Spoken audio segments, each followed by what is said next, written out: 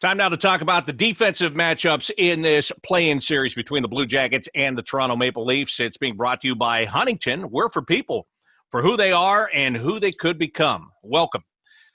So, John Luke, let's let you start off with this because you were the defenseman in the National Hockey League. You see, I put a lot of thought and time and effort into setting all of this stuff up here.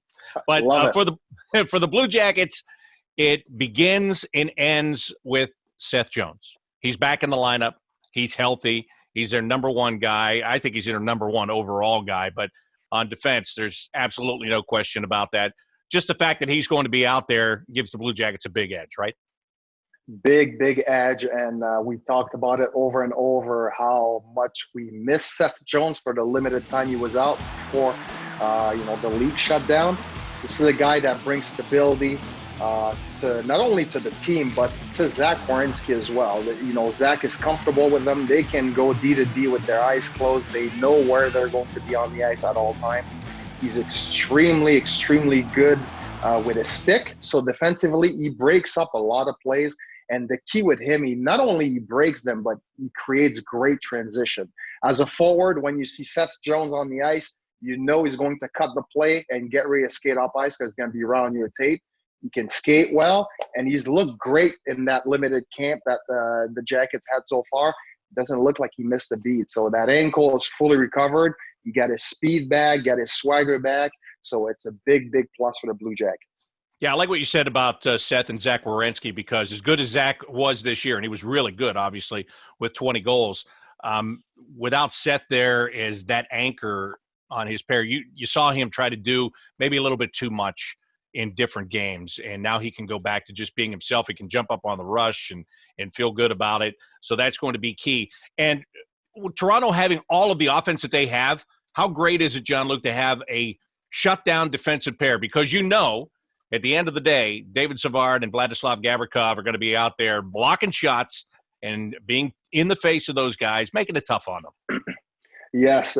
So you get your first pair of Jones and Werenski, and they almost look like ice capades out there. They're so, they're effortless skaters. They look great doing it.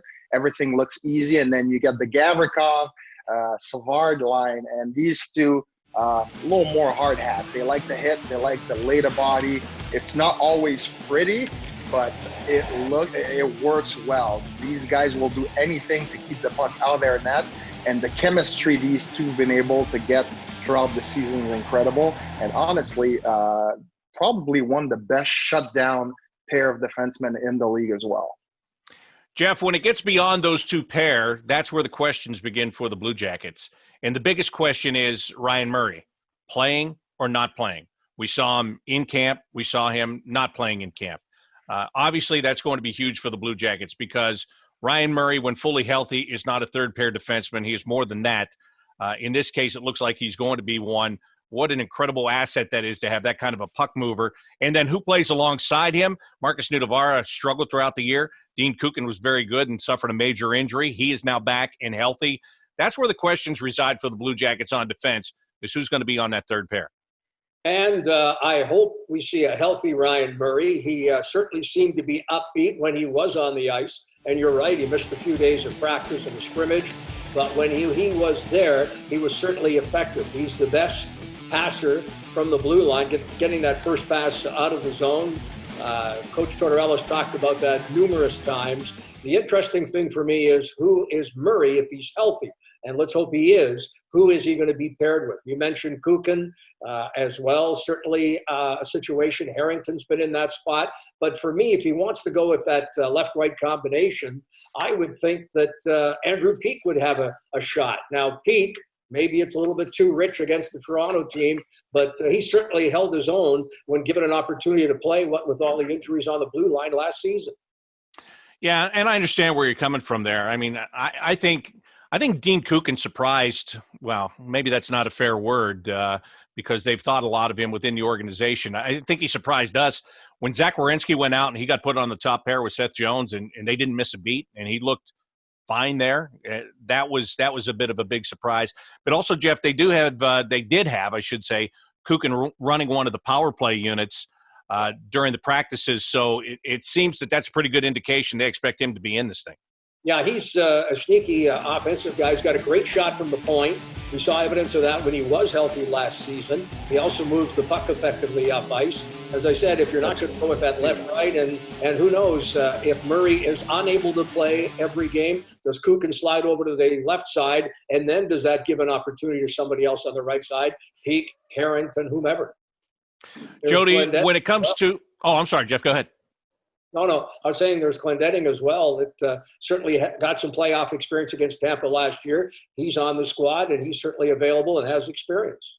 Don't forget Gabriel Carlson. Heck, he played against the Penguins a couple of years ago. That's I know he's fallen off since then, although he did play some games this year. And then again, who didn't play some games this year on this team? But he's there as well.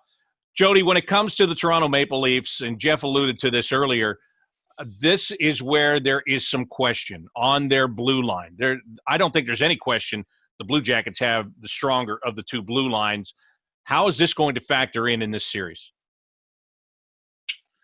Well, I think, as I mentioned earlier, the Leafs, their D want to get out of their zone as quick as they can. They want to play in the offensive zone. The Leafs have the highest possession number as far as time with the puck in the offensive zone, and they want to keep that going. They want to play offense. They want to play all the time, and it starts with defense. I think the commitment from their forwards is going to be a little better. I know Sheldon Keefe, the coach there, has finally had a training camp. He's trying to get these guys to do a few more details in their own end to get them to understand that that's when you get to go play offense. It's not going to be all on the D.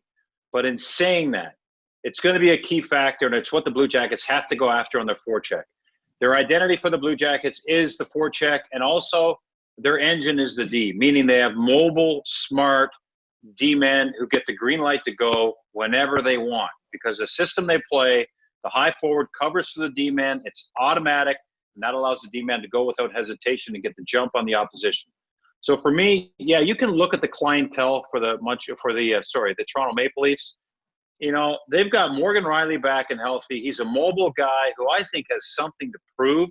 And there's a lot of negative conversation around him, but he's paired with Ceci, and I like the pickup from Ceci. I think we've had this conversation before, Bob. He's built for the playoffs. Playoffs is when guys who are that are on the back end, big, strong, and they play with a guy that's mobile like that. They take up a lot of space. They cause a lot of problems, and if they play in the right system, they're going to be effective with their simplicity. I really think that. I also like Muzzin for them. Muzzin is a player they picked up. He's a guy that reminds me of Savard, not only because of the great beard, because he's a guy that, he gets the puck moving, but he also does the dirty stuff and the gritty stuff. So, they're a tough team to play against with as far as they want to play offense. But I think their D are now going to have a different focus, and I think that's a smart move for their team. For the Blue Jackets, like I said, it's their engine. They have got to play without hesitation.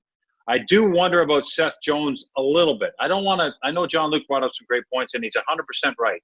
But when you come back from an injury and you haven't played in a while, there's a little hesitation on that injury sometimes. I hope I'm just being extra cautious in what I say, but realistically, is he ready to play the big minutes against the top players, defend, play offense, and everything on that ankle after having some rehab time on his own and a short training camp, and then getting right into this? We'll see after the Boston scrimmage on Thursday. But it's one to be careful. I think there's slack to be picking up, and my concern, Bob, I know I'm getting long-winded. When you have a great player come back into your lineup, the Blue Jackets defenseman cannot exhale and be like, oh, he's back, Seth's going to take over. I think the opposite needs to happen when you come back from injury. I think everyone needs to be on point and ready to raise their level and take a little pressure off of Seth Jones. I really think that's an important factor here.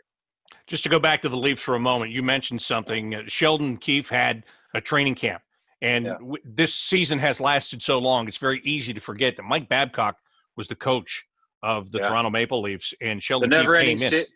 Never-ending season. Yeah, that's right. Exactly. It seems like the season lasted 5 years. But You're right. He never had that first training camp. He was in the American Hockey League. So now he gets a chance to work with his guys. They're certainly familiar with him because he had a lot of games there. But could that be some advantage? He finally gets to work with his team without the daily rigors of having to go play a game? You know what? I think that ideally, I think that's a great conversation to have. But when you think about it, yes, I think it really is. I think that, it's one thing as a player, and John Luke, you and I went through a couple coaches in our career, mid-season changes, and you get excited. You look for the fresh voice. You're upset that the coach from the past is gone. You had a good opportunity with him. Where do you stand with the new coach? What are his ideas? Players like Tyson Barrie, he's a player that's, he came here from a different organization. He's the number one guy. Is he on the third pair with the Maple Leafs? So there's different opportunities, different mindset, but I think he's really focused on the top players of the Maple Leafs, and I think that's something that's new to this organization. I think Tavares is obviously the leader, but the stars are going to be played as stars. But I think they might get some more buy-in with Keefe and this critical 2-week camp. It sounds like he's been pretty good and engaged. So it's going to be very interesting. I think it is a big factor.